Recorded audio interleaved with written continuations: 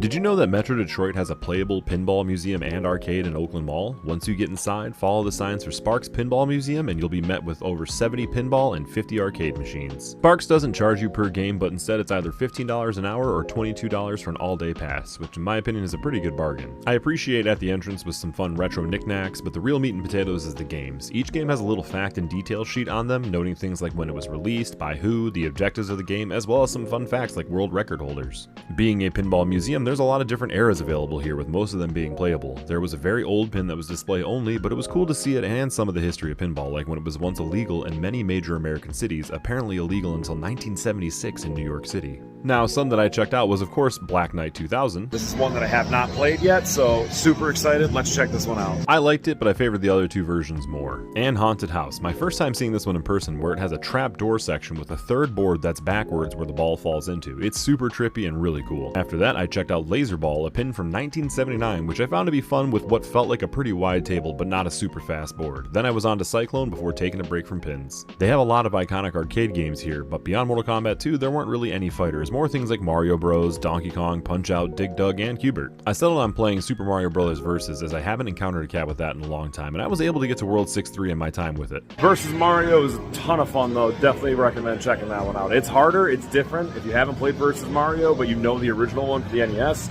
there's a lot of surprises here, so it's pretty cool.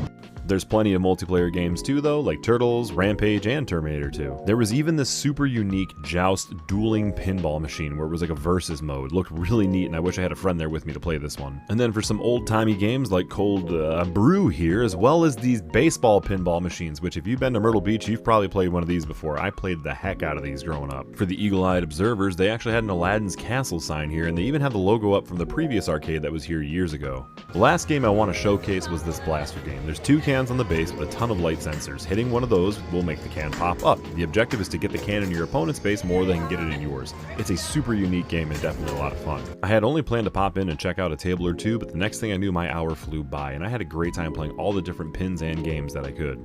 Alright, leaving Sparks now. I gotta say, pretty cool place. Definitely worth checking out if you're in the Oakland Mall area. Tons of pinball if that's what you're into for sure, and some arcade games. $15 for an hour to play, it's a no-brainer. Let me know what you think though. Cheers.